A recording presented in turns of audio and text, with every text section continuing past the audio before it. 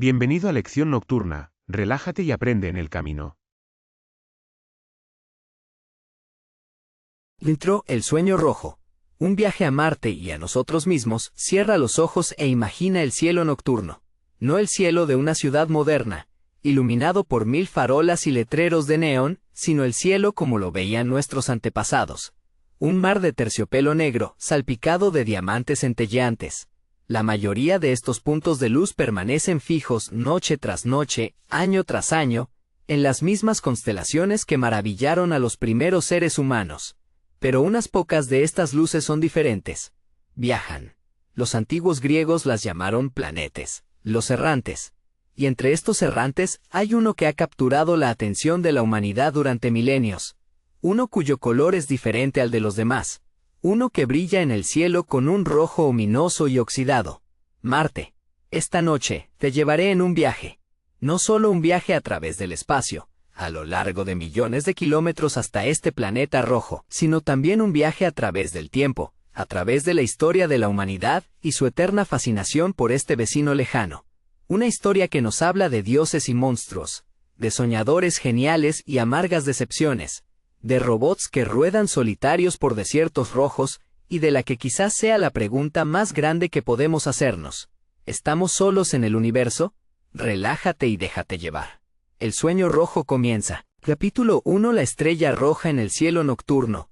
Hace muchos miles de años, en las fértiles llanuras entre el Éufrates y el Tigris, los sacerdotes babilonios miraban al cielo. Para ellos el cielo nocturno no era un mero espectáculo. Era un mensaje de los dioses, escrito en signos estelares. Y entre todas las luces del firmamento, había una que observaban con especial atención. Un punto de brillo rojizo que se movía lentamente entre las estrellas fijas. Lo llamaron Nergal, en honor al dios de la peste, la guerra y el inframundo. Su color rojo sangre era para ellos un presagio. Una señal de conflictos y catástrofes venideras. Cuando Nergal brillaba intensamente en el cielo, los reyes se preparaban para la guerra.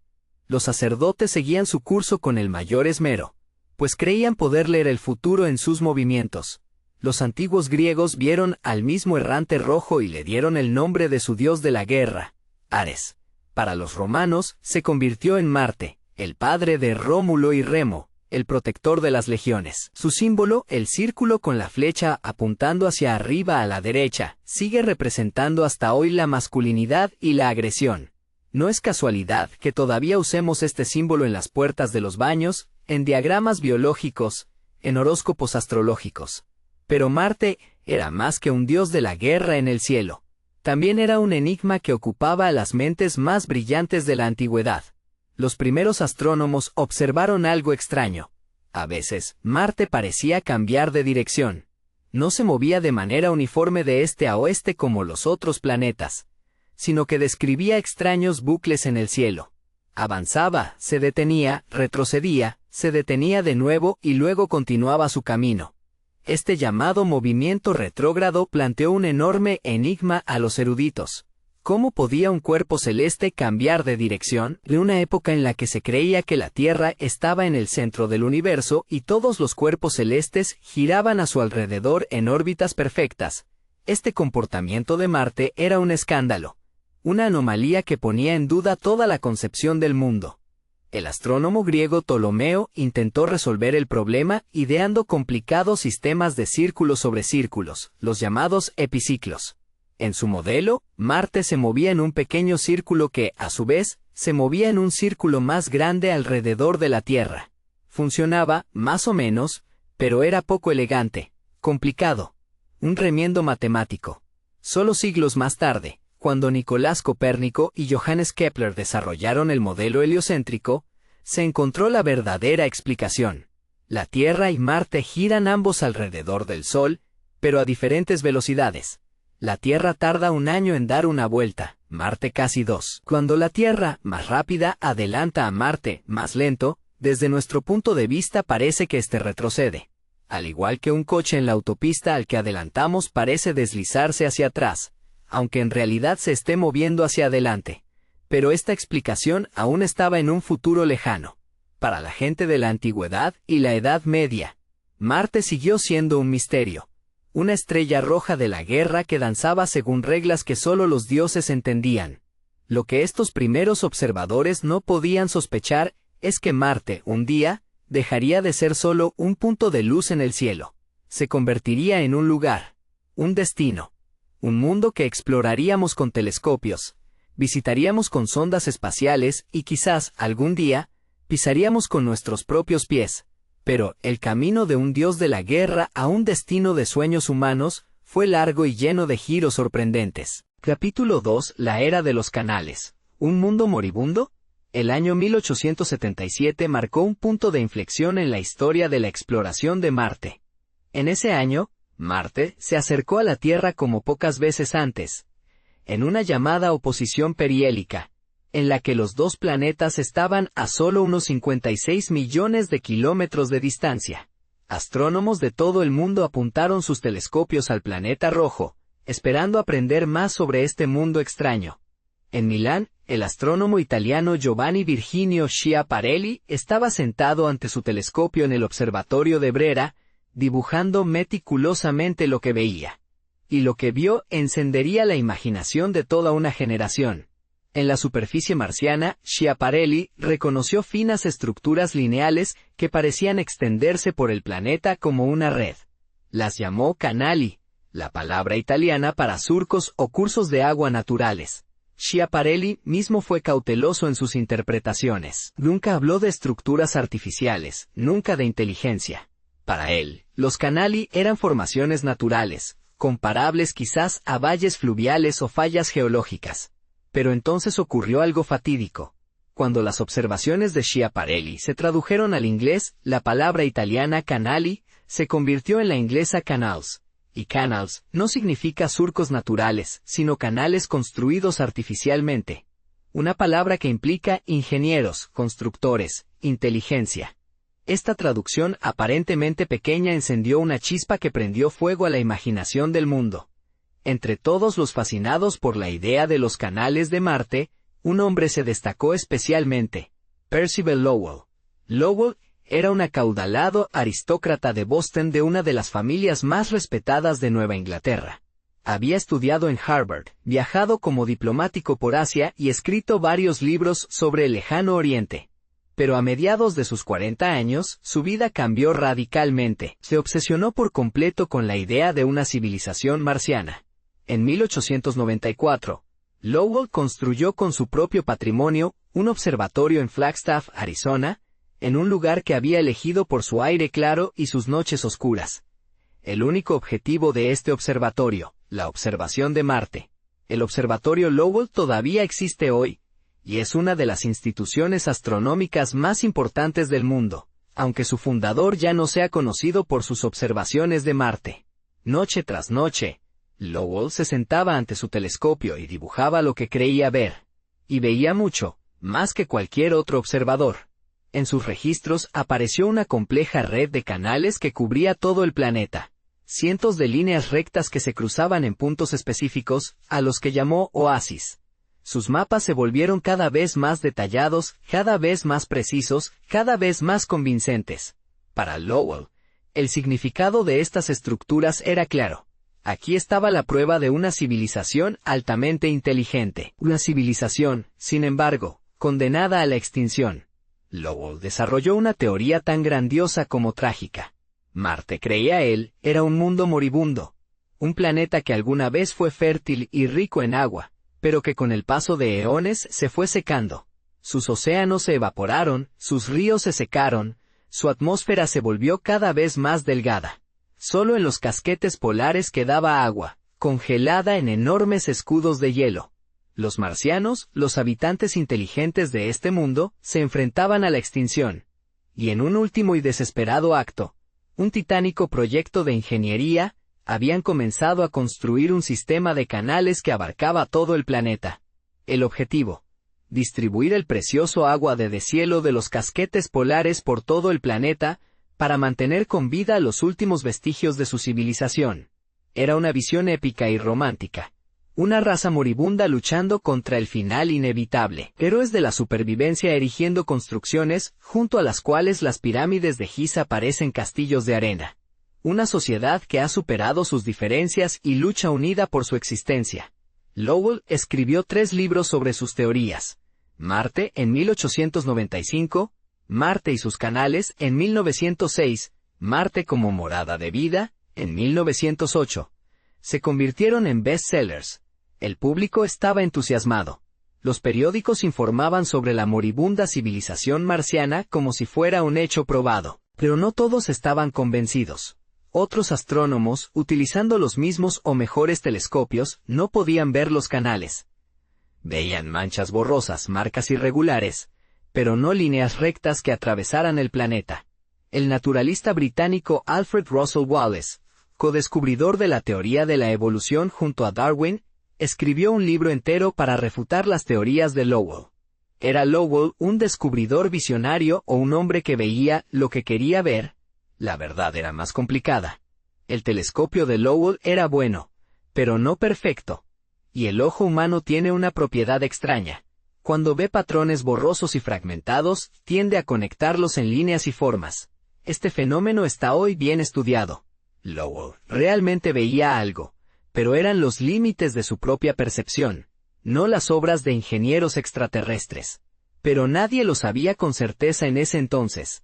Y la idea de una civilización marciana moribunda ya se había arraigado profundamente en la conciencia colectiva. Marcaría la imaginación de escritores, cineastas y soñadores durante generaciones. Capítulo 3. La Guerra de los Mundos. Marte ataca. La visión romántica de Lowell, de nobles marcianos luchando heroicamente contra su extinción, tenía un lado oscuro.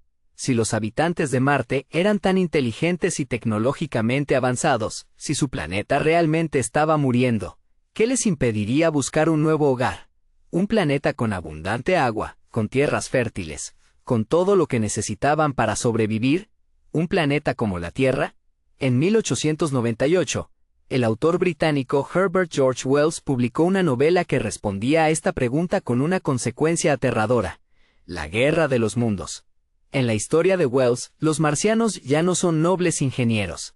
Son invasores desesperados y despiadados.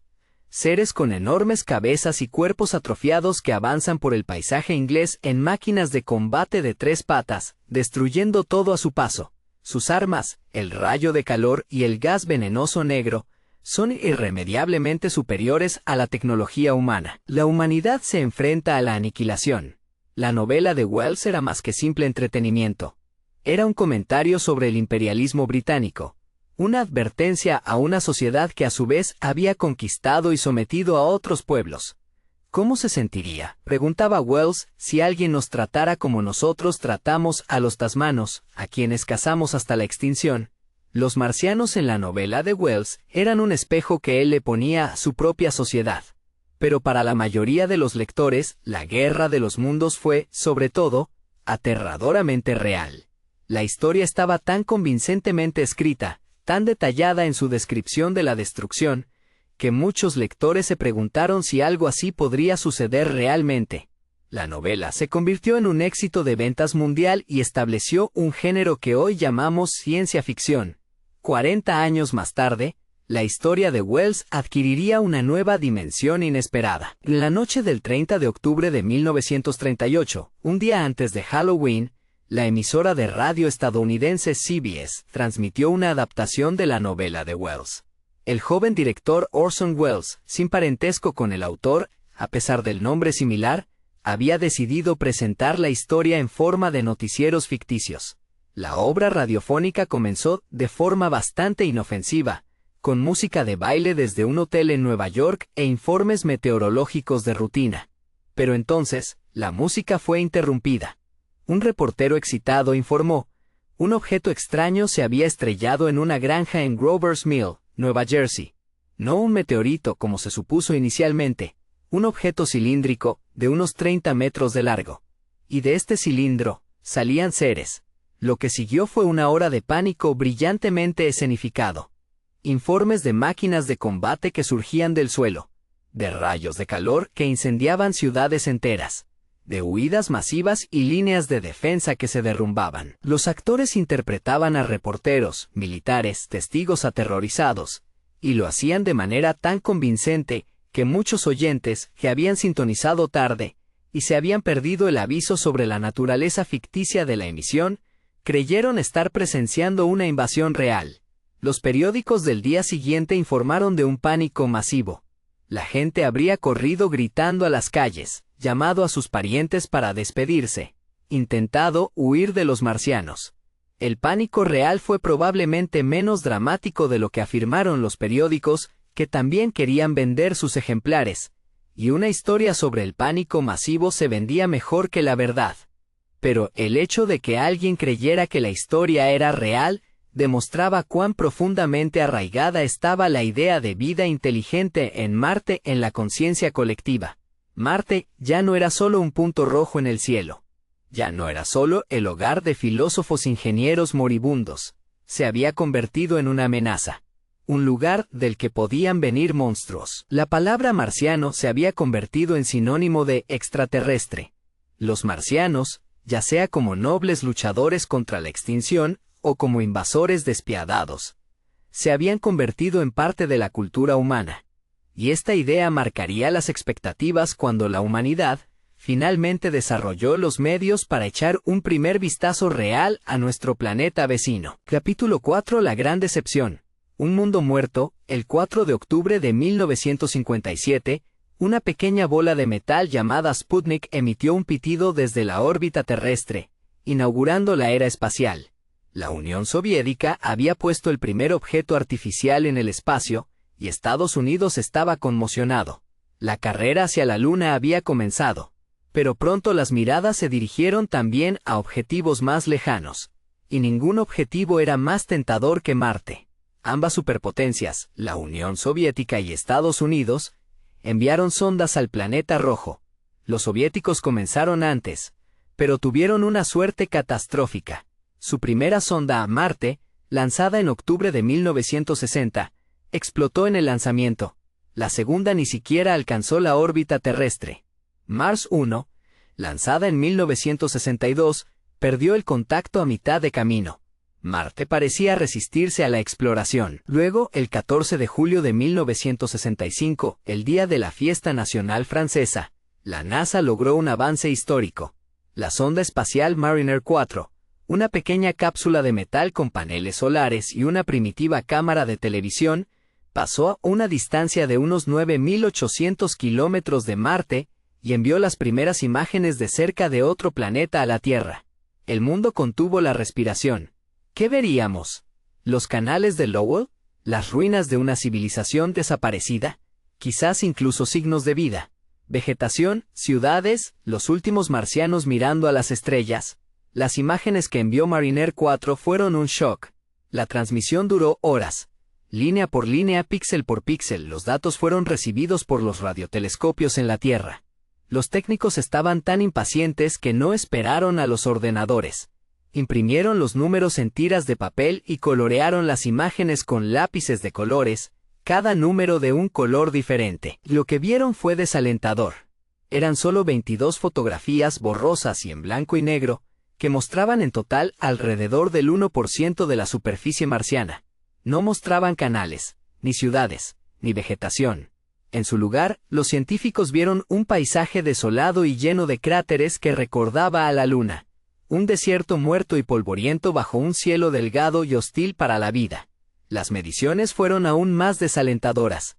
La atmósfera marciana era 100 veces más delgada que la de la Tierra, apenas un soplo de dióxido de carbono.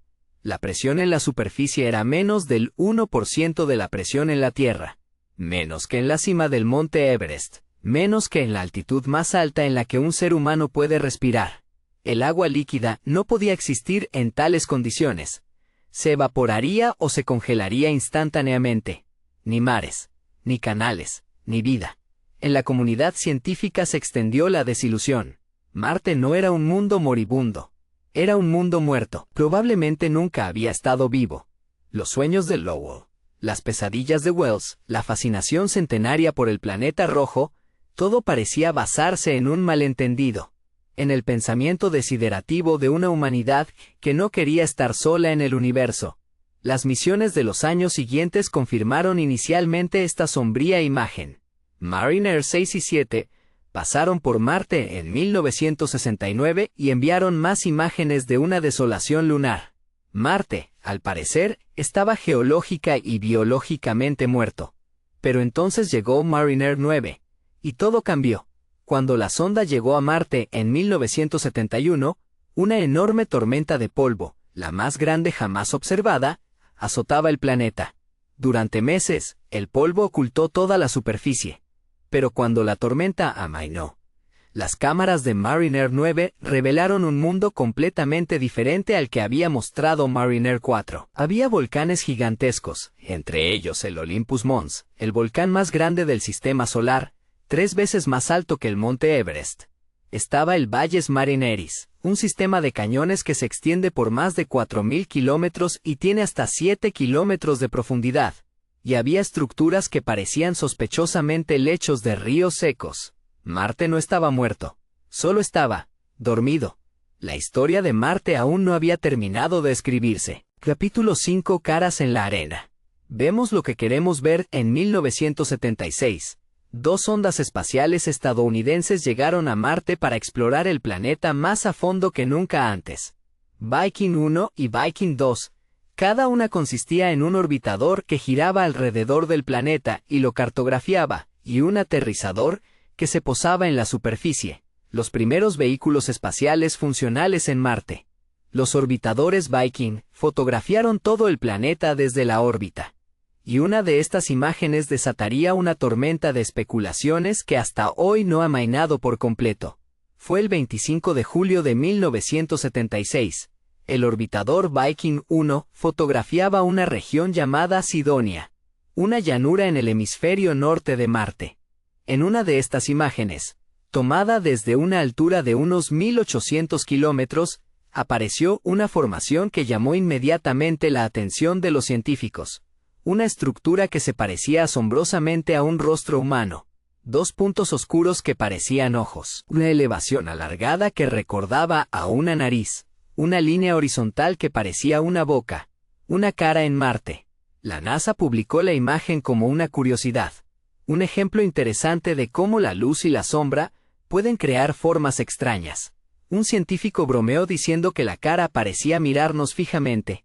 La explicación oficial fue sobria. Una colina natural de aproximadamente 1,5 kilómetros de largo, cuya apariencia, debido al sol bajo y la resolución limitada de la cámara, daba la impresión de un rostro. Pero para muchas personas esta explicación era insatisfactoria. La cara de Marte se convirtió en un icono. Se escribieron libros, se rodaron documentales, se crearon sitios web. Algunos vieron en la formación la prueba de una civilización marciana desaparecida, un monumento erigido por seres que quizás incluso se parecían a nosotros.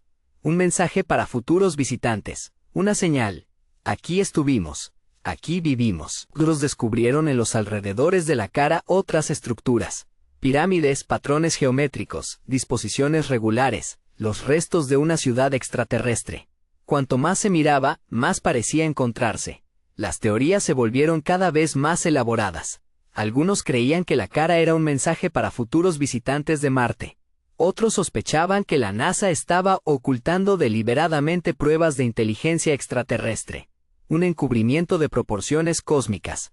La verdad no saldría a la luz hasta más de 2 décadas después. En abril de 1998, la sonda Mars Global Surveyor fotografió la misma región con una resolución mucho mayor, 10 veces más nítida que las imágenes de Viking. Y lo que mostró fue inequívoco. Una colina común y corriente, desgastada, erosionada, moldeada por el viento y el tiempo, a plena luz del día, fotografiada desde diferentes ángulos, no se veía ningún rostro. Solo unas pocas rocas, algunas sombras, una colina como 1000 otras en Marte. Imágenes posteriores del Mars Reconnaissance Orbiter confirmaron la imagen con una claridad aún mayor. La cara había desaparecido, o mejor dicho, nunca había estado allí. ¿Qué había sucedido? ¿Cómo pudieron tantas personas ver una cara tan clara en un montón de rocas? La respuesta reside en un fenómeno llamado pareidolia. La tendencia de nuestro cerebro a reconocer formas familiares en patrones aleatorios, especialmente caras. Es un vestigio de nuestra evolución.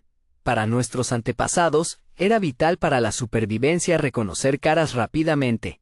La cara de un enemigo, de un amigo, de un depredador en la maleza. Mejor ver una cara de más donde no la hay, que pasar por alto una cara donde sí la hay. Nuestro cerebro está tan bien entrenado para encontrar caras que a veces las ve donde no existen. Vemos caras en las nubes, en las cortezas de los árboles, en los cráteres de la luna, en tostadas y en manchas de humedad. Y las vemos en Marte. La historia de la cara de Marte recuerda de manera extraña a Percival Lowell y sus canales. Lowell vio líneas donde no las había porque deseaba intensamente que hubiera líneas allí. Nosotros vimos una cara porque deseábamos intensamente que hubiera una cara allí. En ambas ocasiones, fue nuestro propio cerebro el que nos jugó una mala pasada. Marte sigue siendo lo que siempre fue, un espejo de nuestras esperanzas y anhelos. Proyectamos en su superficie roja lo que queremos encontrar: civilizaciones, monumentos, significado. Pero quizás el verdadero significado no reside en lo que encontramos allí, sino en lo que la búsqueda revela sobre nosotros mismos. Capítulo 6. Susurros en la arena roja. La búsqueda del agua. Mientras la cara de Marte ocupaba la imaginación del público, los científicos trabajaban en una pregunta mucho más fundamental. ¿Hubo alguna vez vida en Marte? Y si la hubo, ¿podría existir todavía hoy, quizás en las profundidades de la superficie helada? Los aterrizadores Viking de la década de 1970 habían realizado experimentos complejos para buscar vida. Los primeros y hasta ahora únicos experimentos diseñados directamente para descubrir microorganismos en otro planeta. Se llevaron a cabo 3 experimentos diferentes. El experimento de liberación marcada fue el más prometedor. Se añadió a una muestra de suelo marciano una solución nutritiva que contenía átomos de carbono marcados radiactivamente. La idea era simple. Si había microorganismos vivos en el suelo, digerirían los nutrientes y liberarían dióxido de carbono radiactivo. Y eso fue exactamente lo que sucedió. Los instrumentos registraron una liberación de gas, tal como se esperaría si los microorganismos estuvieran digiriendo los nutrientes. Pero la euforia duró poco. Otro experimento que buscaba moléculas orgánicas, los componentes básicos de la vida, no encontró nada. Ni aminoácidos, ni hidrocarburos, ni ninguno de los compuestos complejos que caracterizan la vida en la Tierra. El suelo marciano parecía estéril, más estéril que los desiertos más secos de la Tierra. La explicación fue desalentadora. El suelo marciano contiene sustancias químicas reactivas, los llamados peróxidos, que descomponen las sustancias orgánicas y podrían explicar las emisiones de gas observadas, sin que la vida estuviera involucrada. La reacción era química, no biológica. O quizás no. Gilbert Levin, el científico que había diseñado el experimento de liberación marcada, permaneció convencido durante toda su vida de que su experimento sí había detectado vida. Tras su muerte en 2021, argumentó que los aterrizadores Viking habían encontrado marcianos, microbios diminutos que vivían en la arena roja. La mayoría de los científicos no están de acuerdo. La pregunta sigue abierta. Los resultados de Viking son controvertidos hasta el día de hoy. Posteriormente, la NASA desarrolló una nueva estrategia para la exploración de Marte, resumida en 3 simples palabras: sigue el agua. La lógica era convincente. Toda la vida que conocemos necesita agua líquida. Sin agua no hay células, ni metabolismo, ni ADNs. Si queremos entender si alguna vez existió vida en Marte, debemos entender si alguna vez hubo agua allí. Entonces sucedió algo inesperado. En agosto de 1996, la NASA celebró una conferencia de prensa que sacudió el mundo científico como un terremoto. En el centro de atención había una piedra discreta. Un meteorito encontrado en 1984 por una geóloga llamada Roberta Score en la Antártida. Pesaba unos 2 kilogramos y llevaba el número de catálogo ALH 84001. ALH por Allen Hills, la región donde fue encontrado. Este meteorito era especial. Los análisis químicos habían demostrado sin lugar a dudas que procedía de Marte. La historia de esta roca era épica. Hace unos 4.000 millones de años se formó a partir del magma del joven Marte. Hace unos 16 millones de años fue lanzado al espacio por un impacto de meteorito masivo. Durante millones de años, vagó por el sistema solar interior, un silencioso mensaje en una botella de un mundo lejano. Y hace unos 13.000 años, aterrizó en la Antártida, donde se conservó en el hielo hasta que Robert Ascore lo encontró. En esta roca marciana, los científicos habían descubierto algo que dejó al mundo sin aliento. Diminutas estructuras con forma de gusano, de solo unos 100 nanómetros de largo, 1000 veces más delgadas que un cabello humano. Se parecían a bacterias fosilizadas. Además, había minerales y compuestos químicos que podrían indicar procesos biológicos. El presidente Bill Clinton se dirigió a la nación, en vivo desde la Casa Blanca. Si este descubrimiento se confirma, sin duda será uno de los hallazgos más notables que la ciencia haya revelado sobre nuestro universo. Sus implicaciones son tan profundas e imponentes que solo comprenderemos su pleno significado en muchos años. ¿Habíamos encontrado finalmente la prueba de vida extraterrestre? La respuesta es, no lo sabemos. La comunidad científica sigue dividida hasta hoy. Muchos investigadores argumentan que las estructuras en ALH 84001 también podrían haberse formado por procesos no biológicos, crecimiento de cristales, reacciones químicas, incluso contaminación con microbios terrestres después del aterrizaje. La roca de Marte sigue siendo un enigma, un estado de suspensión entre la esperanza y el escepticismo, un signo de interrogación al final de una frase muy larga. Pero independientemente de esta única piedra, las décadas siguientes revolucionaron nuestra comprensión de Marte. Una nueva generación de exploradores robóticos aterrizó en el planeta rojo y reveló un pasado sorprendente. El 4 de julio de 1997, el día de la independencia de Estados Unidos, la sonda Pathfinder aterrizó en Marte y desplegó un pequeño rover llamado Sojourner en la superficie. Sojourner era apenas más grande que una caja de zapatos y pesaba solo unos 10 kilogramos. Era lento, primitivo para los estándares actuales, y solo podía alejarse unos pocos metros de su módulo de aterrizaje. Pero fue el primer robot móvil en otro planeta. Luego vinieron Spirit y Opportunity, los legendarios rovers gemelos que aterrizaron en lados opuestos de Marte en enero de 2004. Eran más grandes que Sojourner, aproximadamente del tamaño de un carrito de golf, equipados con cámaras, espectrómetros, un microscopio y un taladro. Spirit aterrizó en el cráter Gusev, una enorme cuenca de impacto que alguna vez fue atravesada por un canal gigantesco. Durante 6 años, exploró los alrededores hasta que, en mayo de 2009, se quedó atascado en la arena blanda de una región llamada Troya. Los ingenieros intentaron liberarlo durante meses, pero fue en vano. Spirit se convirtió en una estación de investigación estacionaria hasta que un duro invierno marciano destruyó su electrónica. Opportunity aterrizó en Meridiani Planum, una llanura en el otro lado del planeta. Originalmente diseñado para una misión de 90 días, rodó por Marte durante casi 15 años. El maratón más largo jamás completado por un robot en otro planeta.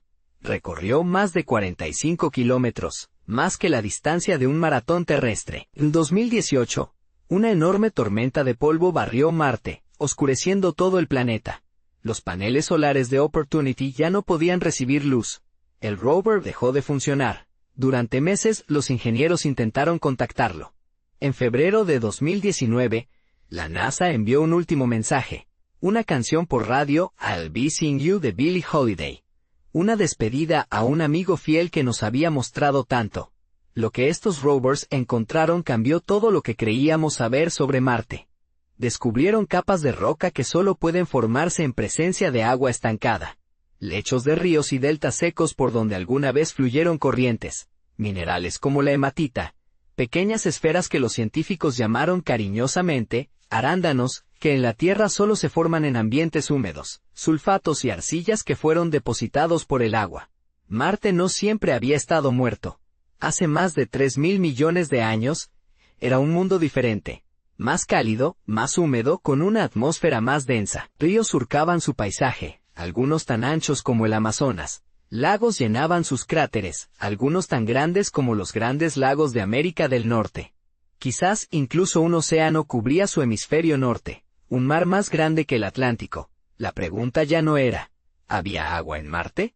Esa pregunta había sido respondida. Sí, Había agua. Mucha agua. La nueva pregunta era, si había agua, ¿hubo también vida? La búsqueda continúa. Capítulo 7. Las lunas del miedo. El enigma de Phobos. Antes de dirigir nuestra mirada hacia el futuro, debemos hacer un desvío hacia dos pequeños cuerpos celestes que acompañan a Marte, y cuya historia es casi tan fascinante como la del propio planeta. Marte tiene dos lunas, y sus nombres no podrían ser más apropiados. Phobos y Deimos, miedo y terror, los hijos mitológicos del dios de la guerra, Ares, que acompañaban a su padre a la batalla. Fueron descubiertas en 1877, el mismo año en que Schiaparelli vio sus canali, por el astrónomo estadounidense Asaph Hall, en el Observatorio Naval de Washington. Estos nombres no son una exageración. Phobos y Deimos no son lunas majestuosas como nuestro propio compañero plateado que ilumina el cielo nocturno y gobierna las mareas. Son pequeños bloques de roca de forma irregular que parecen patatas gigantes dando tumbos por el espacio. Phobos, el mayor de los dos, mide solo unos 27 por 22 por 18 kilómetros, más pequeño que muchas ciudades terrestres. Deimos es aún más pequeño, apenas 15 por 12 por 11 kilómetros, un grano cósmico en comparación con nuestra luna. Pero a pesar de su modesto tamaño, estas lunas son fuente de grandes misterios. Comencemos con Phobos. Orbita Marte a una distancia de solo unos 6.000 kilómetros de la superficie, más cerca que cualquier otra luna conocida a su planeta. Tan cerca que da una vuelta a Marte más rápido de lo que el planeta gira sobre su propio eje. Un día en Phobos dura solo 7 horas y 39 minutos. Esto conduce a un fenómeno extraño. Visto desde la superficie de Marte, Phobos sale por el oeste y se pone por el este, exactamente al revés que todos los demás cuerpos celestes. Viaja hacia atrás por el cielo, 2 veces al día, un compañero fantasmal que parece desafiar las leyes de la intuición. Esta órbita cercana tiene consecuencias. Las fuerzas de marea de Marte están atrayendo lentamente a Phobos hacia adentro, unos 2 centímetros por año. En escalas de tiempo cósmicas, esto es vertiginosamente rápido. En unos 50 millones de años, se acercará tanto al planeta que las fuerzas de marea lo desgarrarán, ya sea para formar un espectacular anillo como el de Saturno, que adornará Marte durante algunos millones de años, o se estrellará como una lluvia de escombros sobre la superficie marciana, dejando un cráter masivo. Pero el verdadero enigma de Phobos reside en sus propiedades físicas. Los científicos han calculado la densidad de Phobos, y el resultado es sorprendente. Alrededor de 1,9 gramos por centímetro cúbico. Eso es menos que la mayoría de los tipos de roca. Menos que el granito, menos que el basalto, menos que la mayoría de los meteoritos. Una densidad tan baja sugiere que Phobos está hecho de material muy ligero. Quizás una mezcla de roca y hielo, o que está lleno de cavidades, atravesado por grietas y cavernas como un queso suizo cósmico. En la década de 1960, este hallazgo llevó al astrofísico soviético Yosif Samuilovich Shklovsky a una especulación sensacional. ¿Y si Phobos es hueco? ¿Y si es hueco, podría ser artificial? Una nave espacial abandonada de una antigua civilización que ha estado orbitando Marte durante eones. Shklovsky no era un excéntrico. Era un científico respetado que había hecho importantes contribuciones a la radioastronomía. Su razonamiento era puramente científico. Las propiedades observadas de Phobos, su baja densidad, su órbita inusual, se explicaban más fácilmente si la Luna fuera hueca, y un cuerpo natural no podía ser hueco. La idea era provocadora y rápidamente se convirtió en material de sueños de ciencia ficción. Una nave espacial extraterrestre, camuflada como una luna, orbitando silenciosa y abandonada durante millones de años, esperando ser descubierta. La explicación más probable es menos romántica, pero no menos interesante. Mediciones modernas muestran que Phobos es probablemente una pila de escombros, una acumulación de rocas, polvo y quizás hielo, unida de forma laxa por su propia débil gravedad. Millones de años de impactos de meteoritos la han vuelto porosa, atravesada por grietas y cavidades. Hasta el 30% de su volumen podría estar vacío. Pero los misterios no terminan ahí. Los análisis espectrales de la superficie de Phobos muestran que es extremadamente oscura. Refleja solo alrededor del 7% de la luz incidente, más oscura que el carbón. La composición química recuerda a los asteroides ricos en carbono del tipo C, los objetos más antiguos del sistema solar, pero algunas mediciones sugieren la presencia de minerales inusuales, compuestos que no encajan en este cuadro. En algunas imágenes, áreas de la superficie parecen tener un brillo casi metálico, reflejos que alimentaron especulaciones, pero que probablemente se deban solo a minerales especiales o capas de roca recién expuestas. A esto se suma la maldición de las misiones a Phobos. Casi todas las sondas espaciales que debían investigar Phobos de cerca han fracasado. Phobos 1, lanzada en julio de 1988, perdió el contacto en su camino a Marte. Un error de software había desactivado accidentalmente el control de actitud, y la sonda se descontroló con acento agudo. Phobos 2 llegó a la órbita de Marte en enero de 1989, y envió imágenes fascinantes, incluidas tomas infrarrojas que mostraban anomalías térmicas en la superficie marciana. Una de las últimas imágenes mostraba una misteriosa sombra alargada que todavía hoy ocupa a los teóricos de la conspiración. ¿Era una nave espacial extraterrestre? ¿Un error óptico? ¿Una nube? Luego, justo antes de que la sonda se acercara mucho a Phobos, el contacto se interrumpió. Un fallo informático, dijeron los ingenieros. La misión más ambiciosa fue Phobos Ground, suelo de Phobos, en 2011. Debía aterrizar en Phobos, recoger muestras con un taladro y traerlas de vuelta a la Tierra. Habría sido la primera devolución de muestras de una luna marciana. Un hito histórico. La sonda se lanzó con éxito el 9 de noviembre de 2011, pero luego falló la etapa superior. Phobos Ground ni siquiera logró salir de la órbita terrestre y se estrelló 2 meses después en el mar. ¿Existe una maldición de Phobos? Por supuesto que no. La exploración espacial es simplemente difícil, especialmente para Rusia después del colapso de la Unión Soviética, y los fracasos son frecuentes. Pero la acumulación de fracasos no ha restado misticismo a esta extraña luna. Y luego está el monolito. Las imágenes de alta resolución del Mars Reconnaissance Orbiter, tomadas en 2008, los científicos descubrieron una llamativa roca en la superficie de Phobos. Una piedra solitaria y elevada, de unos 90 metros de altura, que proyecta una larga sombra sobre la superficie polvorienta. La explicación científica es prosaica. Probablemente un fragmento de roca expuesto o levantado por un impacto, un fenómeno natural en un cuerpo celeste sin atmósfera ni erosión. Pero inevitablemente recuerda al monolito negro de la película de Stanley Kubrick, 2001, Una odisea del espacio. Ese misterioso paralelepípedo que impulsa la evolución de la humanidad. Buzz Aldrin, el segundo hombre en la Luna, mencionó una vez el monolito de Phobos en una entrevista de televisión. En Phobos hay un monolito, una estructura muy inusual. La gente se preguntará, ¿quién lo puso allí? El universo lo puso allí, pero deberíamos ir y echarle un vistazo. La cita a menudo se sacó de contexto. Aldrin abogaba por la exploración tripulada de Phobos, no por los extraterrestres, pero alimentó más especulaciones. Phobos sigue siendo un enigma. ¿Es un asteroide capturado que entró en la órbita de Marte hace miles de millones de años? ¿Es el remanente de una colisión cósmica? ¿Un trozo del propio Marte lanzado al espacio por un impacto masivo? ¿De dónde procede su material oscuro? ¿Por qué su densidad es tan baja? La misión japonesa planificada MMX, Martian Moons Exploration, debería proporcionar respuestas en los próximos años. Orbitará Phobos y Deimos, investigará las lunas de cerca y por primera vez, traerá muestras de Phobos a la Tierra. Quizás esos pocos gramos de polvo resuelvan uno de los mayores enigmas de nuestro sistema solar.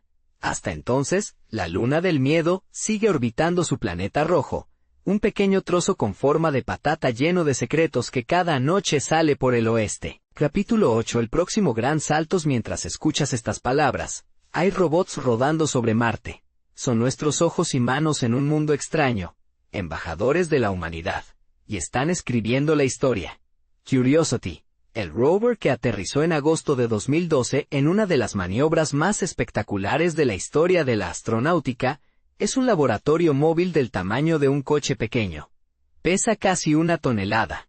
Está impulsado por un reactor de plutonio que le garantiza energía durante décadas.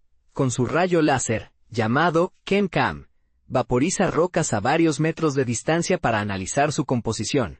Con su taladro, extrae muestras del subsuelo, y las analiza en su laboratorio químico incorporado. Durante más de una década, Curiosity ha estado escalando las laderas del Monte Sharp, una enorme montaña en el centro del cráter Gale. Capa por capa, lee la historia climática de Marte, como un geólogo que pasa las páginas de un libro petrificado. Ha encontrado pruebas de antiguos lechos de ríos, de lagos que una vez llenaron el fondo del cráter, de épocas en que Marte era cálido y húmedo. Perseverance, su primo más joven, aterrizó en febrero de 2021 en el cráter G0, un delta de río seco que fue alimentado por un río hace más de 3.000 millones de años. Es uno de los lugares más prometedores para la búsqueda de vida pasada, porque en la Tierra los deltas de los ríos son lugares donde se acumula materia orgánica, conservada en finos sedimentos. La misión de Perseverance es aún más ambiciosa que la de Curiosity. Recoge muestras de roca y las sella en pequeños tubos de titanio, cada uno del tamaño de un lápiz de labios. Estos tubos se depositan en diferentes lugares, como un buscador de tesoros que deja pistas. Una futura misión, aún en fase de planificación, recogerá estas muestras y las traerá a la Tierra. Serían las primeras muestras de otro planeta que los humanos sostendrían en sus manos. Y luego está Ingenuity, el pequeño helicóptero que viajó a Marte con Perseverance. Ingenuity es una maravilla de la ingeniería. Pesa solo 1,8 kilogramos, con palas de rotor que deben girar 5 veces más rápido que en la Tierra para generar suficiente sustentación en la delgadísima atmósfera marciana. Cuando giró sus rotores por primera vez el 19 de abril de 2021, y se elevó en el tenue aire marciano, solo 3 metros de altura durante 39 segundos, fue un momento de los hermanos Wright en otro planeta. El primer vuelo motorizado en otra atmósfera. Un trozo de tela del avión de los hermanos Wright estaba a bordo. Una reliquia de un momento histórico al siguiente. Originalmente diseñado para 5 vuelos de prueba, Ingenuity completó más de 70 vuelos, demostrando que incluso en la delgada atmósfera marciana, con un 1% de la densidad de la Tierra, es posible volar. Futuros helicópteros marcianos podrían explorar áreas inaccesibles para los rovers, sobrevolar cañones y alcanzar cimas de montañas. Pero todos estos robots son solo precursores, pioneros de lo que está por venir. Humanos en Marte. Ya no es solo un sueño de escritores de ciencia ficción. Ya no es solo una visión para generaciones futuras. Es un objetivo concreto en el que trabajan ingenieros y científicos de todo el mundo. La NASA está trabajando en el programa Artemis, que primero llevará a los humanos de vuelta a la Luna por primera vez desde 1972, pero Artemis es solo el primer paso. La Luna servirá como campo de entrenamiento, como trampolín para el verdadero desafío. Una misión tripulada a Marte. SpaceX, la compañía aeroespacial de Elon Musk, está desarrollando la Starship, una nave espacial gigantesca, la más grande y potente jamás construida. En las visiones de su fundador, esta nave espacial no solo llevará personas a Marte algún día, sino que establecerá allí una colonia permanente, un segundo hogar para la humanidad. China ha anunciado que enviará personas a Marte en la década de 2030. Europa, Japón, los Emiratos Árabes Unidos, todos tienen programas marcianos. Todos trabajan en tecnologías que algún día podrían llevar a los humanos al planeta rojo. Los desafíos son inmensos. Un viaje a Marte dura de 6 a 9 meses, dependiendo de la posición de los planetas entre sí.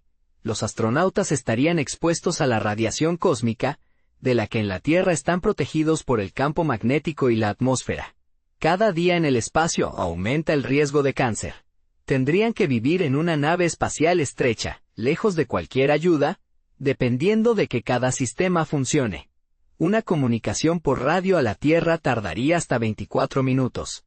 En caso de emergencia, nadie podría intervenir. Y cuando lleguen, Marte no es una segunda Tierra. Su presión atmosférica es tan baja, menos del 1% de la terrestre, que la sangre literalmente herviría si se expusiera sin protección. La temperatura media es de menos 60 grados Celsius, con temperaturas mínimas de menos 125 grados en los polos. El suelo contiene percloratos tóxicos que dañan la glándula tiroides. No hay oxígeno para respirar, ni agua líquida para beber, ni alimentos para comer. Todo tendría que ser traído o producido en el lugar. Y sin embargo, la gente está trabajando en ello. Los ingenieros diseñan hábitats que podrían construirse con suelo marciano, impresos con impresoras 3D que solo necesitan luz solar y polvo marciano.